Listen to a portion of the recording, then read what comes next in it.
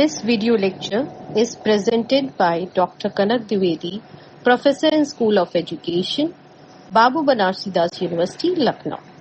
Hello dear student, welcome back to my new video series. In the last lecture, because it is the continuation of the previous lecture of Sri Rabindranath Tagore and his contribution to education, तो पिछले lecture में भी हमने रविन्द्रनाथ टैगोर के बारे में आपको बताया था। चूँकि समय की कमी की वजह से एक लेक्चर में मैं श्री रविन्द्रनाथ टैगोर की सारी बातों को नहीं समेट पाई थी, तो दोबारा से एक और लेक्चर के माध्यम से मैं उनकी और बातों को इस लेक्चर के माध्यम से बताऊंगी। पिछले लेक्चर में हम लोगों ने उनके इतने वेरिड पर्सनालिटी के बारे में डिस्कस किया कि किस तरीके से गुरुदेव की जो व्यक्तित्व था, एक पोएटिस्ट के रूप में, एक ड्रामेटिस्ट के रूप में, एक गीतकार के रूप में, या हम कह सकते हैं एक पेंटर के रूप में। तो इस तरीके से हमने पिछले लेक्चर में गुरुदेव की जो व्यक्तित्व था उसके बारे में चर्चा की थी। तो पिछले लेक्चर में हम लोगों ने बेसिकली एम्स ऑफ एजुकेशन, जो शिक्षा जगत में उन्होंने जो शिक्षा के उद्देश्य जो दिए थे, उतने स्लाइड तक ही हम लोगों ने बातें समझी थी। अब दोबारा से हम लोग स्लाइड मोड के माध्यम से दोबारा से जो और एजुकेशनल एस्पेक्ट रह गए थे उसके बारे में हम लोग चर्चा करेंगे। Coming to the slide mode, पिछले लेक्चर में हमने रविन्द्रनाथ टैगोर की लाइफ हिस्ट्री के बारे में देखा था, उनके वर्क के लिटरेरी वर्क के बारे में देखा था, फिर उन्होंने कौन कौन सी बुक्स लिखी, जो उनकी जो राइटिंग पैटर्न्स था, किताबें, नॉन फिक्शनल बुक्स के बारे में जाना था। साथ ही साथ उनके दर्शन के रूप में उन्होंने जो वो कैसे उनका फ्यूजन था वेदांतिस्ट, इंडिविजुअलिस्ट, आइडियलिस्ट, स्पिरिचुअलिस्ट और ह्यूमनिस्टिक के रूप में, और नेचुरलिस्ट और इंटरनेशनलिज्म किस तरीके से उनके दर्शन में शामिल था। इसके अलावा हम लोगों ने फ़िलॉसफी ऑफ एजुकेशन की बात की थी, क्या बेसिक सिद्धांत थे जिन पे उनके शिक्षा दर्शन आधारित था। कंसेप्ट ऑफ एजुकेशन की बात की थी। फिर एम्स ऑफ एजुकेशन, जो लास्ट हम लोगों ने डिस्कस किया था वो था एम्स ऑफ एजुकेशन। वो किस तरह की शिक्षा के उद्देश्य चाहते थे, जिसमें उन्होंने शारीरिक विकास की बात की थी, बुद्धि के विकास की बात कही थी, साथ ही साथ उन्होंने मॉरल एंड स्पिरिचुअल डेवलपमेंट की बात कही थी, हारमोनियस डेवलपमेंट की बात कही थी, यूटिलिटेरियन एम की बात कही थी, डेवलपमेंट ऑफ इंटरनेशनल अंडरस्टैंडिंग की बात कही थी, और harmony between social, individual and social aim की बात। अब आज हम लोगों का जो लेक्चर है वो बेसिकली करिकुलम से स्टार्ट होता है, जिसके तहत हम लोग बेसिकली ये देखेंगे कि किस तरह के करिकुलम की बात श्री रविन्द्रनाथ टैगोर करते थे। करिकुलम पे जब अगर हम आएंगे तो हम देखेंगे कि उनका जो करिकुलम था वो बहुत ब्रॉड था, ब्रॉड बेस्ड करिकुलम थे, क्योंकि वो जो सब्जेक्ट्स उन्होंने चूज़ किए थे कि उनकी शिक्षा दर्शन में होंगे, वो बेसिकली लिटरेचर था, लैंग्वेजेस था, mother tongue, other Indian languages and other foreign languages. अभी भी जो विश्व भारती यूनिवर्सिटी चल रही है प्रेजेंट में, जो कि पहले शांति निकेतन के स्कूल के रूप में स्थापित हुआ था, बाद में 1921 में विश्व भारती यूनिवर्सिटी के रूप में हुआ, वहाँ पे अभी भी 6000 स्टूडेंट पढ़ रहे हैं, और उनमें जो करिकुलम है इसी तरह का ब्रॉड बेस्ड करिकुलम है, जिसमें सब्जेक्ट में जो लैंग्वेजेस और लिटरेचर पढ़ाया जाता है, साथ ही साथ मातृभाषा में उन्होंने पढ़ाने की बात कही है, और इंडियन लैंग्वेजेस के साथ साथ फॉरेन लैंग्वेजेस को भी शामिल किया गया है उनके करिकुलम में। इसके अलावा मैथमेटिक्स, नेचुरल साइंस में उन्होंने डिवाइड किया बॉटनी, ज़ूलॉजी और physics, chemistry and general science. उन्होंने बेसिकली साइंस के सब्जेक्ट को भी डिवाइड किया था कई कैटेगरीज में, जिसमें बॉटनी बच्चा अलग पढ़ेगा, ज़ूलॉजी अलग पढ़ेगा। फिर फिज़िकल साइंस के सब्जेक्ट में उन्होंने फिज़िक्स, केमिस्ट्री और जनरल साइंस पढ़ने की बात कही। साथ ही साथ हेल्थ एजुकेशन को भी उन्होंने अपने करिकुलम में डाला था।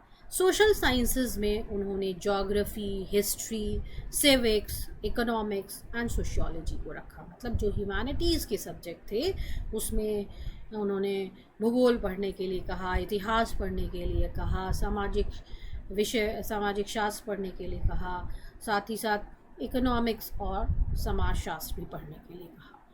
इसके अलावा उन्होंने एग्रीकल्चर एजुकेशन या एग्रीकल्चर को एज अ सब्जेक्ट बताने की बात कही। फिर टेक्निकल सब्जेक्ट्स भी उन्होंने बताए, और चूँकि वहाँ पे आर्ट, म्यूज़िक, डांस का बहुत स्कोप है तो उसको भी एज अ सब्जेक्ट के रूप में शामिल किया। फ़िलॉसफ़ी एज अ सब्जेक्ट है करिकुलम में उनके, साइकोलॉजी है, उसके अलावा विभिन्न धर्मों की भी शिक्षा दी जाती है। तो इतना ब्रॉड बेस्ड उनका पाठ्यक्रम है शांति निकेतन, या अब जो कन्वर्ट हो गया विश्व भारती यूनिवर्सिटी के रूप में। इसके अलावा जो एक्टिविटीज़ वहाँ पे कराई जाती हैं विश्व भारती यूनिवर्सिटी में, या स्कूल भी है और स्कूल के साथ साथ यूनिवर्सिटी, दोनों बिल्डिंग्स आपको शांति निकेतन जब जाएंगे तो दिखेगा। तो जो एक्टिविटीज़ कराई जाती हैं शांति निकेतन में वो बेसिकली डांसिंग वहाँ होती है, ड्रामा करते हैं बच्चे, म्यूज़िक सीखते हैं, साथ ही साथ गेम्स एंड स्पोर्ट्स की भी फैसिलिटी है। इसके अलावा चूँकि गुरुदेव जो पेंटर भी थे तो उनका झुकाव पेंटिंग की तरफ भी था, तो वहाँ पे बच्चे जो है पेंटिंग एंड ड्राइंग का भी बहुत स्कोप है।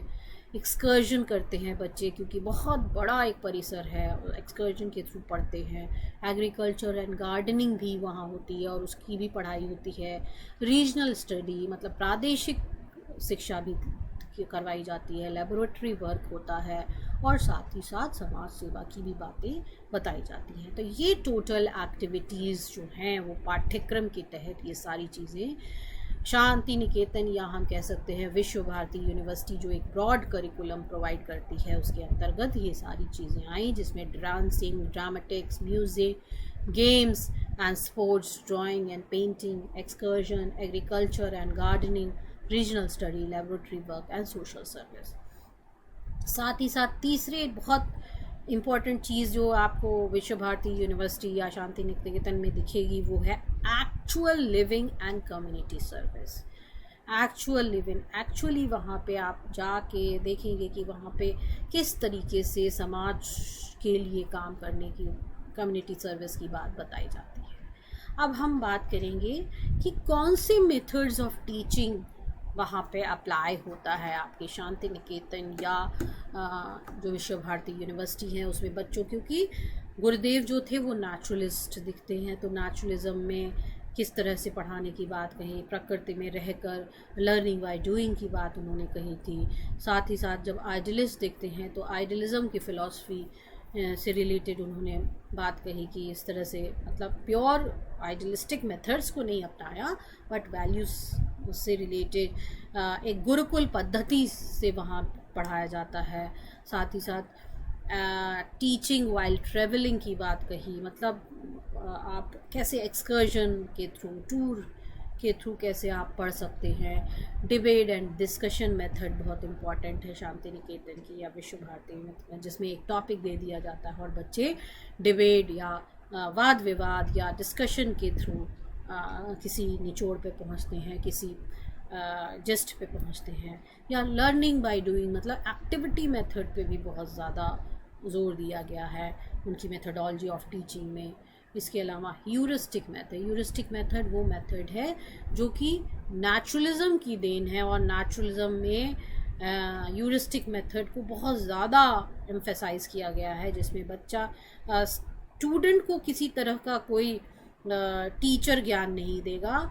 बालक जो होगा वो खुद अपनी रुचि के अनुसार कोई भी प्रॉब्लम लेगा और उन प्रॉब्लम्स को सॉल्व करने का काम बालक का स्वयं का है। ह्यूरिस्टिक मेथड में टीचर का जो रोल होगा वो केवल फैसिलिटेटर की तरह रहेगा, फ्रेंड, फिलोसोफर, गाइड की तरह होगा। तो ह्यूरिस्टिक मेथड से भी वहाँ शांति निकेतन में पढ़ाई कराई जाती है। अब डिसिप्लिन की जब बात करते हैं, अनुशासन की जब बात करते हैं, तो अगेन हमको आप श्री गुरुदेव या रविन्द्रनाथ टैगोर हमें नेचुरलिस्टिक डिसिप्लिन की बात करते हैं, मतलब इनर डिसिप्लिन की बात करते हैं, किसी तरह के कॉर्पोरल पनिशमेंट के खिलाफ हैं, वो अगेंस्ट ट्रेडिशनल स्कूल डिसिप्लिन, जो स्कूलों में बच्चों को पनिशमेंट दी जाती है, कॉर्पोरल पनिशमेंट दिया जाता है, किसी तरह की पिटाई या मार से दूर उन्होंने कहा कि बालक को हम इस तरीके से स्वतंत्रता देंगे कि बालक के अंदर खुद से ही वो रिस्पॉन्सिबिलिटी डेवलप हो जाए, जिससे कि हम किसी तरह की बाह्य अनुशासन नहीं रखेंगे। बालक जो है इमेंसिपेटरी डिसिप्लिन के तहत खुद से डिसिप्लिन रहेगा, वो अपने आंतरिक अनुशासन के तहत वो अपनी चीज़ों को खुद अनुशासित रह के अपने करिकुलम को पूरा करेगा, अपनी पर्सनालिटी को निखारेगा। And basically he believe in self impose discipline. ऐसी डिसिप्लिन को वो ज़्यादा अच्छा मानते हैं जो मनुष्य खुद से फॉलो करता है, उसका खुद का जो किसी के द्वारा इम्पोज्ड की डिसिप्लिन की बात वो नहीं कहते थे। वो कहते थे कि जो हम खुद से अपना अनुशासन बनाते हैं वही अनुशासन जो है वो जीवन भर कायम रहता है। तो हमें अपने जीवन को खुद अनुशासित करना पड़ेगा। हमें किसी की ज़रूरत नहीं है कि वो हमें अनुशासन सिखाएगा, हम खुद अनुशासित होकर अपने जीवन को एक सही दिशा दिखाएं। तो ये अनुशासन के संबंध में उनके कुछ बातें थी। साथ ही साथ अब बहुत इम्पॉर्टेंट एस्पेक्ट आपका आता है रोल ऑफ टीचर का प्लेस वो गुरुदेव किस तरह चाहते थे। तो टीचर का जब रोल हम डिस्कस करेंगे गुरुदेव की एजुकेशनल फिलॉसफी में, तो हम देखेंगे कि गुरुदेव ने Tagore gave an important place to teacher and asked them to carry out the following activities. मतलब क्योंकि गुरुदेव जो थे वो नेचुरलिस्ट भी थे, आइडियलिस्ट भी थे, ह्यूमनिस्ट भी थे, इंडिविजुअलिस्ट भी थे। तो हम प्योरली नहीं कह सकते हैं कि वो नेचुरलिस्ट थे, क्योंकि नेचुरलिज्म में तो टीचर की कोई एग्जिस्टेंस ही नहीं है, वो कहते हैं टीचर की कोई ज़रूरत नहीं है। लेकिन यहाँ पे जब आप गुरुदेव की फ़िलॉसफी को पढ़ेंगे तो यहाँ पे टीचर के महत्व को बताया गया है और ये कहा गया है कि टीचर जो इम्पॉर्टेंट एक्टिविटीज़ करेगा वो इस तरीके से होगी। उन्होंने कहा believing in purity and his own experience and innocence of child, the teacher should behave with him with great love and affection, sympathy and affection. उन्होंने टीचर के लिए कुछ जिम्मेदारियां दी। उन्होंने कहा टीचर को ये बहुत इम्पॉर्टेंट होगा, सबसे पहले तो उसको अपने जो भी उसको सब्जेक्ट पढ़ाना है उस पर उसका कमांड होना चाहिए और वो अपने अनुभव के द्वारा हर बच्चे की पहचान कर सके कि हर बच्चा जो है वो इनोसेंट है, उसकी अपनी इंडिविजुअल, हर बच्चा अपने आप में यूनिक है और हर बच्चे की कैपेबिलिटी को समझें, उसकी एबिलिटी को समझें, उसकी क्षमता को समझें और रुचि के अनुसार उसको काम दें। और बहुत ज़रूरी है कि हर बच्चा जो टीचर से है वो एक टीचर टॉट का जो बॉन्डिंग हो वो इस प्रकार हो कि उसमें एक प्यार हो, अफेक्शन हो, सिंपैथी हो, लव हो। ये इस तरह से बॉन्ड डेवलप करे तो बच्चा जो है वो टीचर से डरेगा नहीं, वो अपनी बात को खुल के कहेगा। जैसे कि परिवार का वातावरण होता है उसी प्रकार का वातावरण वो स्कूल में भी चाहते थे। और टीचर एक गुरुकुल पद्धति से वो टीचर का जो रोल है जिसमें टीचर जो है वो एक फादर तुल्य या हम कह सकते पिता तुल्य उसका कर्तव्य होगा अपने बच्चों के प्रति, और बच्चों का भी कर्तव्य जैसे पिता के प्रति होता है उस तरह का टीचर टॉट रिलेशनशिप चाहते थे। उसके अलावा उन्होंने कहा instead if emphasizing on book learning the teacher should provide एक ऐसा एनवायरनमेंट वो देना चाहते थे बालक को कि वो एंगेज कर सके यूज़फुल एंड कंस्ट्रक्टिव एक्टिविटीज़ में and learn by his own experience. यहाँ पे फिर आप देखेंगे कि ह्यूरिस्टिक मेथड के पैटर्न पे टीचर को पढ़ाने की बात कहते हैं। उन्होंने कहा कि हम किताबी ज्ञान को ठूंसेंगे नहीं बच्चे के अंदर, बल्कि बुक लर्निंग के बजाय उनको ऐसा प्लेटफॉर्म मुहैया कराएं हर छात्र को, जिससे कि हर छात्र किसी भी यूज़फुल और कंस्ट्रक्टिव क्रिया में, एक्टिविटी में वो इन्वॉल्व हो सके और उस कंस्ट्रक्टिव एक्टिविटी से जो वो ज्ञान अर्जित करेगा वो उसका खुद का ज्ञान होगा।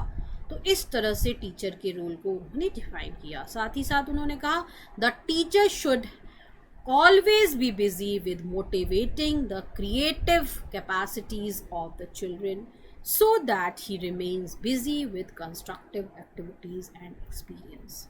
उन्होंने जो भी बालक स्कूल में या यूनिवर्सिटी लेवल पे जो भी एक्टिविटीज़ करेगा, जो भी क्रिया करेगा, वो क्रिया जो है वो यूटिलिटी से भरा हो, बेवजह वो एक्टिविटी करे और जीवन में उसको काम ना आए, तो इस तरह की एक्टिविटी की बात वो नहीं कहते हैं। वो कहते हैं कंस्ट्रक्टिव एक्टिविटी टीचर को करवानी होगी बालक से, जिसके तहत वो अपने अनुभवों से ज्ञान को प्राप्त करेगा। तो ये role of teacher Shri Rabindranath Tagore ने बताया। अब कुछ और फीचर्स हैं रविन्द्रनाथ टैगोर की शिक्षा जगत में, वो था विमेन एजुकेशन। स्त्री शिक्षा का उन्होंने बहुत ज़्यादा ज़ोरदार उन्होंने उसको आगे बढ़ाने की बात कही और इसके तहत उन्होंने 1908 में एक इस्टेब्लिश किया department of women education in Santiniketan. वो चाहते थे कि भारतवर्ष की हर महिला पढ़ लिख जाए और इसीलिए इसी को ध्यान में रखते हुए उन्होंने एक डिपार्टमेंट ही इस्टेब्लिश कर दिया शांति निकेतन में, जिसको हम कहते हैं डिपार्टमेंट ऑफ विमेन एजुकेशन। और विमेन एजुकेशन की तो बात, चूँकि पुराने ज़माने में क्या होता था कि महिलाओं को आगे बढ़ने का मौका नहीं मिलता था, उनको पढ़ने लिखने के लिए नहीं कहा जाता था, उनका काम जो बेसिकली था वो घर का कामकाज संभालने का था। तो जब महिलाओं की शादी हो जाती थी तो उसके बाद वो बेसिकली अपने घर को, बच्चों को संभालती थी। तो उस टाइम पे लेडीज़ इतनी पढ़ी लिखी नहीं होती थी, लेकिन चूँकि रविन्द्रनाथ टैगोर जो थे वो एक प्रोग्रेसिव विचारधारा के थे, एक प्रगतिशील विचारक थे और उन्होंने देश विदेश बहुत से यूरोपियन कंट्रीज़ का भ्रमण किया था। तो वो चाहते थे कि हमारे देश की भी सारी महिलाएं जो हैं वो पढ़ी लिखी हों, तो हम कुछ ऐसा करें जिससे विमेन एजुकेशन को हम आगे बढ़ाएं। और इसके तहत उन्होंने department of women education Shanti Niketan में स्थापित किया। इसके अलावा वो यूनिवर्सल एजुकेशन को भी एडवोकेट करते थे। वो चाहते थे कि जनसाधारण के लोग भी शिक्षित हों, क्योंकि अगर जनसाधारण के लोग शिक्षित होंगे, आम जनता शिक्षित होगी, तो हम आज़ादी ले पाएंगे, मतलब अंग्रेज़ों को अपने देश से बाहर उनको हटाने में समर्थ हो पाएंगे। क्योंकि जब भारत के लोग शिक्षित होंगे तो उन्हें जो ये फ्रीडम की, स्वतंत्रता का जो आंदोलन चल रहा है उसको समझेंगे और हर व्यक्ति उस स्वतंत्रता के आंदोलन में पार्टिसिपेट करेगा और इस तरह से हमारा देश जो है वो आज़ाद हो सकेगा। तो इसलिए वो चाहते थे कि यूनिवर्सल एजुकेशन भारतीय लोगों को दी जाए।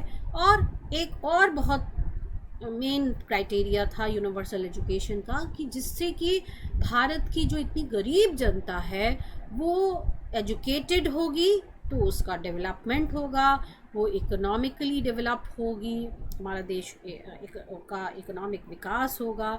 इसीलिए वो चाहते थे कि पढ़ाई के दौरान किसी न किसी प्रकार का वोकेशनल एजुकेशन छात्रों को दिया जाए, जो कि आगे चल के वो अर्निंग का या उनके लाइवलीहुड का साधन बन सके। साथ ही साथ रिलीजियस एजुकेशन की, धार्मिक शिक्षा, मतलब धार्मिक शिक्षा देने का उनका तात्पर्य ये नहीं था कि वो चाहते थे कि किसी तरह का लड़ाई झगड़ा हो, बल्कि वो चाहते थे कि हर धर्म की जो अच्छी चीज़ें हैं उसको हम व्यक्ति जो जाने। जो रिलीजियस एजुकेशन वो देना चाहते हैं उसको हम लोगों ने समझा। अब नेक्स्ट स्लाइड में हम लोग बात करेंगे विश्व भारती यूनिवर्सिटी के बारे में। वो जो यूनिवर्सिटी उन्होंने स्थापित की थी सबसे पहले 1901 में टैगोर ने जो एक स्कूल शांति निकेतन में स्थापित किया, वो ग्रेजुअली 1921 तक आते आते एक यूनिवर्सिटी के रूप में डेवलप हो गया, जिसको हम विश्व भारती इंटरनेशनल यूनिवर्सिटी कहते हैं। यहाँ पे ना केवल देश के स्टूडेंट पढ़ने आते हैं बल्कि विदेशों से भी स्टूडेंट्स पढ़ने आते हैं। यहाँ पे teacher and student live together in a spirit of perfect comradeship with the motto where the whole world forms its own single nest. वो इस मोटो से रहते हैं विश्व भारती यूनिवर्सिटी में जो स्टूडेंट्स आते हैं, जो इंटरनेशनल स्टूडेंट, कि ये पूरा विश्व ही एक है।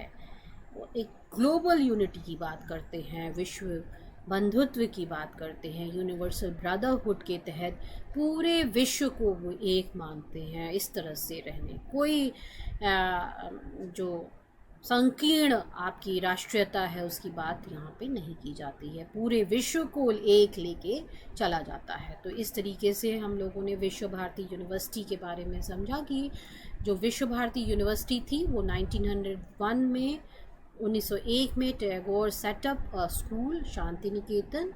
Gradually over the years it developed into Vishwa Bharati, an international university.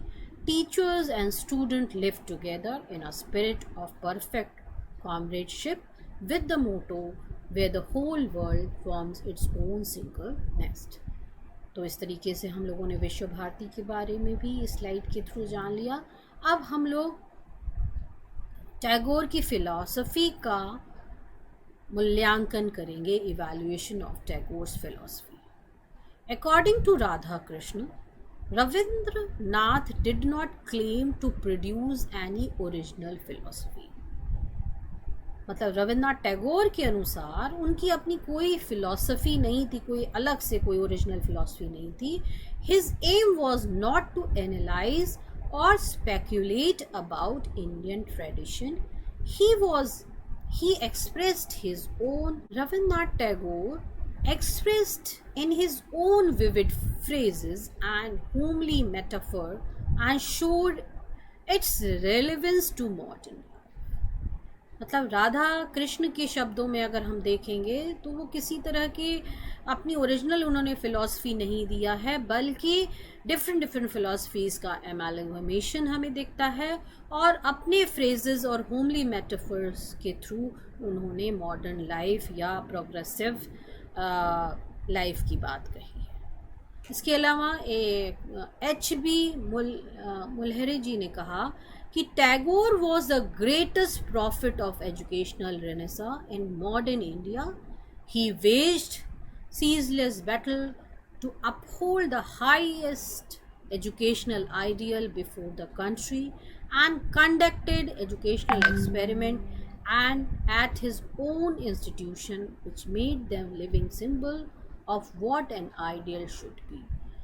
अगर हम H.B. मुल्हरी के अकॉर्डिंग देखेंगे, टैगोर की फ़िलॉसफी को इवैल्यूएट करेंगे, तो हम देखते हैं कि उन्होंने एक एजुकेशनल मैसेंजर के रूप में, प्रॉफिट के रूप में, ऐसा लगता है कि हमारे मॉडर्न इंडिया के में जो एजुकेशन की जब बात की जाती है तो वो एकदम अलग तरह की एजुकेशनल फ़िलॉसफी जो है वो अकॉर्डिंग टू H.B. मुल्हरी लगता है कि वो greatest prophet of educational renaissance दिखाई देते हैं. और इसके अलावा उनके अनुसार जो उन्होंने अलग अलग मेथडोलॉजी और शिक्षा दर्शन में जो उनका सिद्धांत था, जिसमें उन्होंने learning by doing, learning by activity या एमैलगमेशन ऑफ ईस्ट एंड वेस्ट की बात की थी, वो हमें दिखती. इस तरीके से हम लोगों ने दो जो हमारे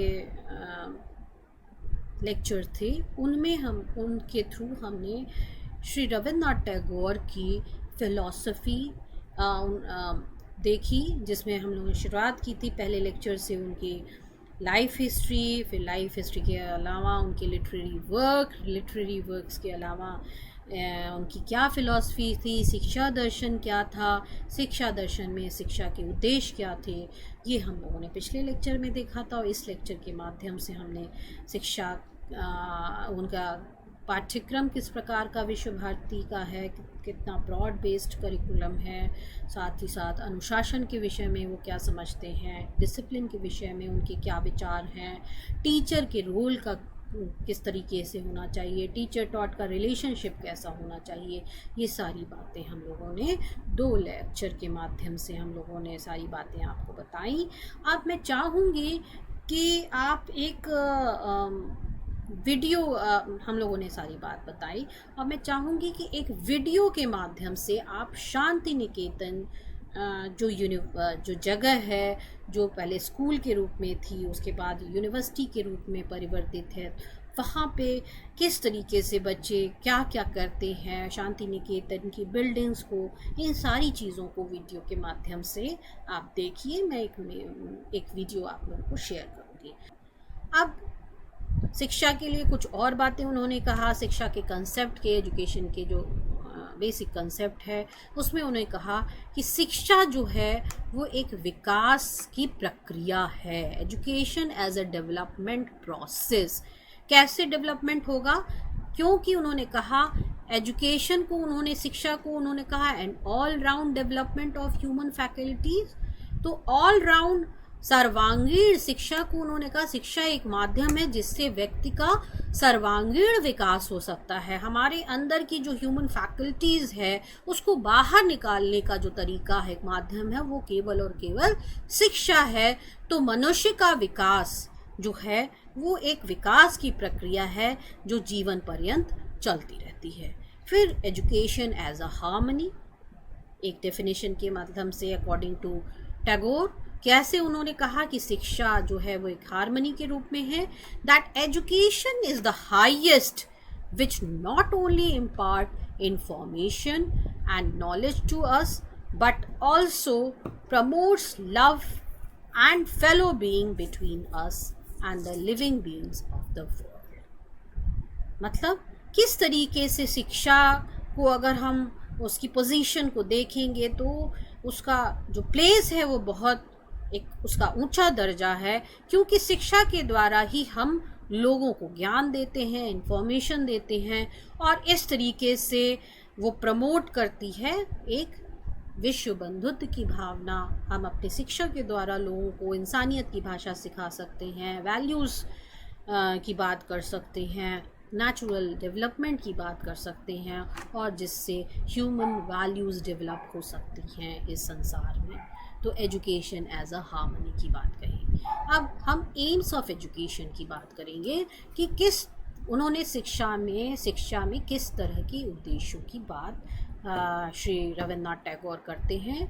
सबसे पहले उन्होंने जो उनका जो एजुकेशनल फिलॉसफी है उसमें कुछ एम्स उन्होंने रखे, जिसमें उन्होंने फिज़िकल डेवलपमेंट को मुख्य बताया, intellectual development, moral and spiritual development, साथ ही साथ harmonious development, utilitarian aim, development of international understanding, harmony between individual and social aim. इस तरह के शिक्षा के उद्देश्यों को रखने की बात अपने करिकुलम में बताई।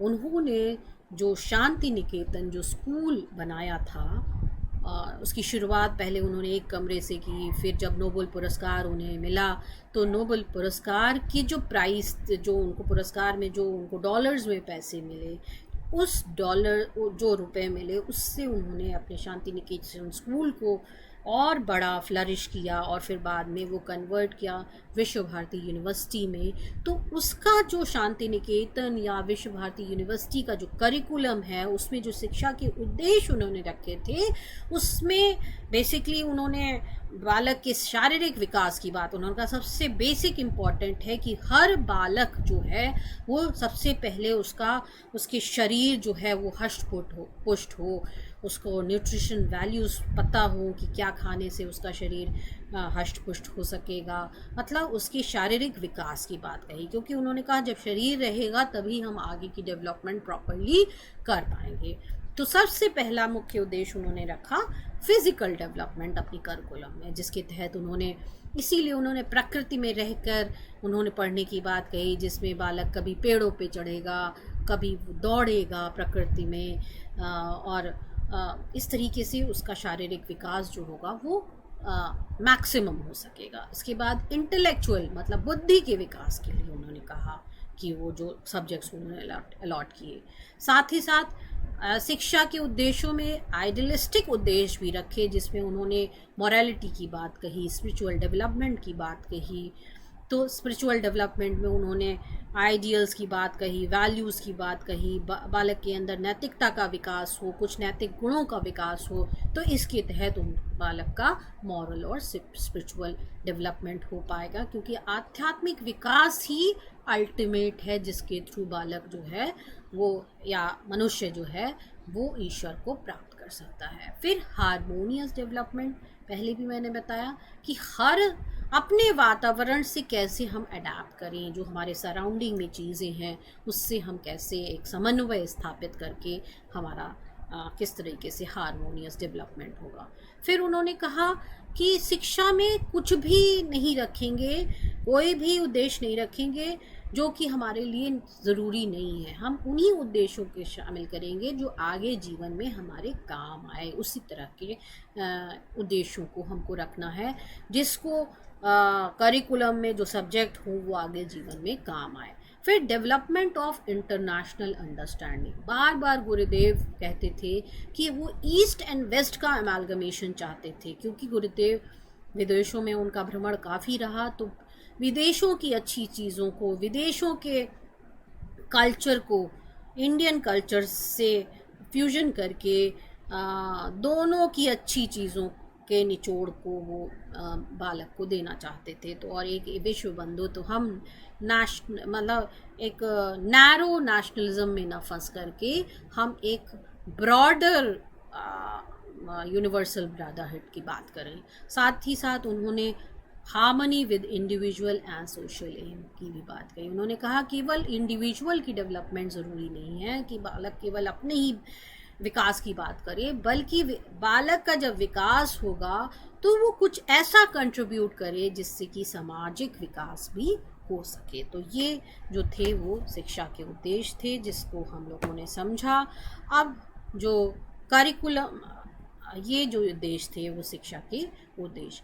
और अब हम लोग, चूँकि टाइम का कॉन्स्ट्रेंट है, नेक्स्ट लेक्चर में मैं आपको करिकुलम बताऊंगी, जिसमें ब्रॉड बेस्ड करिकुलम है, कौन कौन से सब्जेक्ट हैं उसको डिटेल में बताऊंगी, मेथड्स ऑफ टीचिंग के बारे में डिस्कस करूंगी, और अदर फीचर्स ऑफ एजुकेशन के बारे में आपको बताऊंगी कि क्या श्री रविन्द्रनाथ टैगोर ने किस प्रकार की यूनिवर्सिटी को बनाया, कैसे इस्टेब्लिश किया विश्व भारती यूनिवर्सिटी, इन सारी चीज़ों पे हम लोग चर्चा करेंगे। तो इस तरीके से हम लोगों ने क्या क्या चीज़ें बेसिकली देखी इस लेक्चर के थ्रू।